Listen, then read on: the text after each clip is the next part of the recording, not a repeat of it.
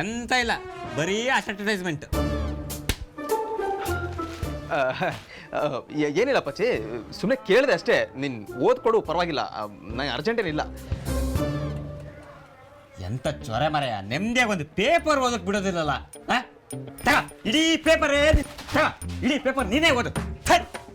ಬಟ್ರೆ ಚಾದ್ ಬರ್ಕಡೆ.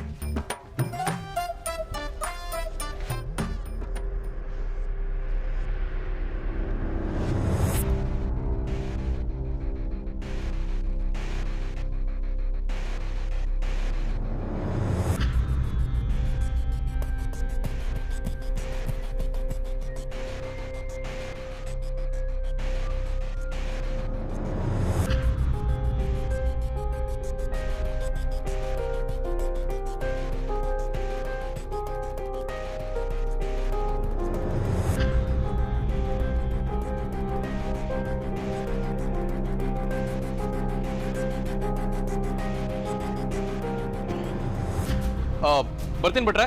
ಆಯ್ತು. ಹಾಗಾದ್ರೆ ಬಾಳಗೊನೆ ಏನು ಬೇಡ ಅಲ್ಲ? ಬೇಡ ಬೇಡ, ಬೇಕಾದ್ರೆ ಹೇಳ್ತೀನಿ ನಾನು.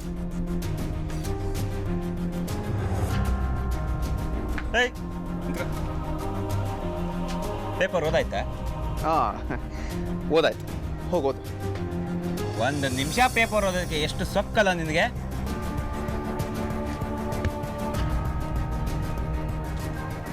ಎಂತ ಜನ ಮರ, ಎಲ್ಲಿಂದ ಬರ್ತಾರೆ ಅರ್ಥ ಮಾಡ್ಕೊಳಕ್ಕೆ ಆಗ್ತದೆ.